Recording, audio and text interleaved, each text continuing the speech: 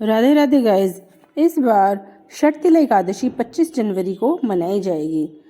पारण का समय 26 जनवरी को सुबह 7:12 से 9:05 तक रहेगा। हमें षटतिला एकादशी का व्रत पूर्ण निष्ठा से और शुद्ध भाव से करना चाहिए। यह व्रत दुर्भाग्य, दीनता का नाश करने वाला होता है और हमारे समस्त पापों को नष्ट करने वाला होता है। इस व्रत को षटतिला एकादशी इसलिए कहा जाता है क्योंकि इस दिन तिल का हम 6 तरह से उपयोग करते हैं। पानी में तिल डालकर स्नान करते हैं और तिलों को पीसकर उसका उपटन लगाते हैं। और षटतिला एकादशी के दिन हम हवन करते हैं तो उसमें भी हम तिल की आहुति देते हैं और हम तिल मिश्रित जल पीते हैं और भोजन से भी हमें तिल का उपयोग करना चाहिए। और तिल से बनी चीज़ों जैसे मिठाइयों, लड्डू आदि का हमें दान करना चाहिए। इस दिन विष्णु भगवान का पूजन हवन किया जाता है। यह एकादशी माघ मास की प्रथम एकादशी होती है। धार्मिक मान्यता यह है कि हजारों वर्षों की तपस्या करने का पुण्य इस एकादशी को करने से मिलता है। इस एकादशी का महत्व बहुत अधिक है और यह एकादशी बहुत फलदायी होती है। अब मैं आपको इस एकादशी की कथा सुनाती हूँ। कथा इस प्रकार है।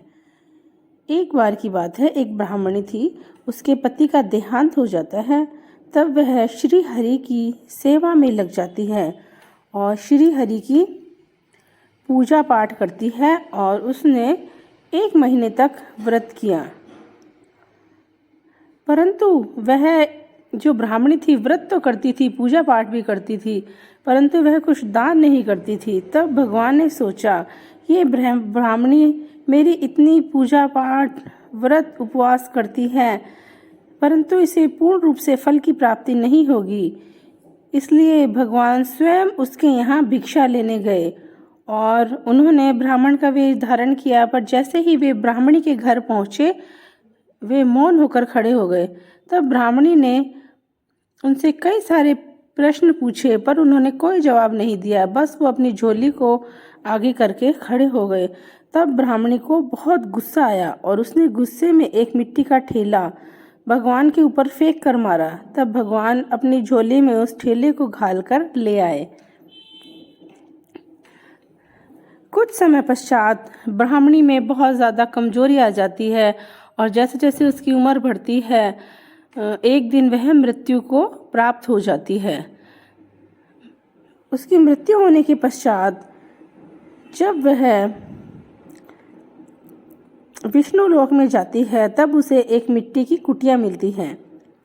तब ब्राह्मणी दौड़ी दौड़ी भगवान विष्णु के पास आती है और पूछती है कि भगवान, मैंने तो आपकी इतनी सेवा, इतना व्रत किया और पूरे विधि विधान से आपकी पूजा की, परंतु मुझे ये मिट्टी की कुटिया ही क्यों मिली?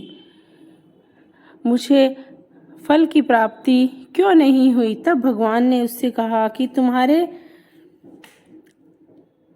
कुटिया के बाहर थोड़ी देर में देवकन्या आएंगी। तुम जब तक वे तुम्हारे प्रश्नों का उत्तर नहीं देवे तब तक तुम दरवाजा मत खोलना। ऐसा ही हुआ। कुछ समय पश्चात जो देवकन्या है वो ब्राह्मणी के कुटिया के बाहर आई। तब ब्राह्मणी ने कहा, मैं दरवाज़ा तभी खोलूंगी, पहले आप मुझे बताइए कि मुझे ये मिट्टी की कुटिया क्यों मिली।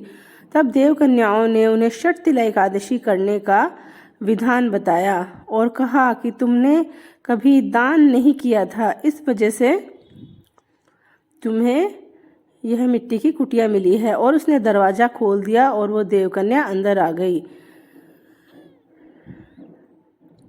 फिर कुछ समय पश्चात षटतिला एकादशी आई।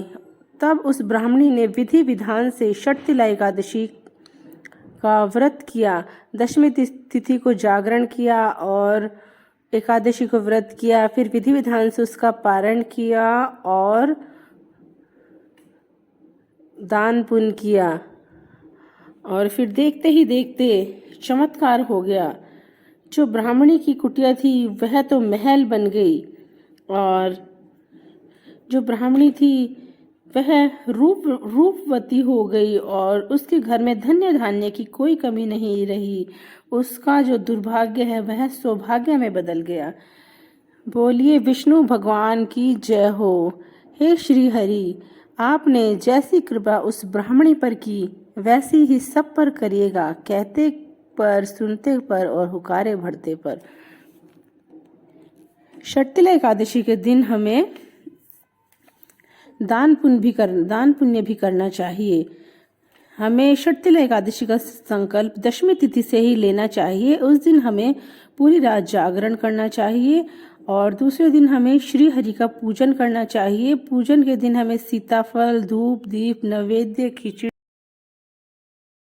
हमें खिचड़ी का भोग तो अवश्य ही लगाना चाहिए और हमें ब्राह्मण को तिल से भरा बर्तन देना चाहिए, छतरी देनी चाहिए और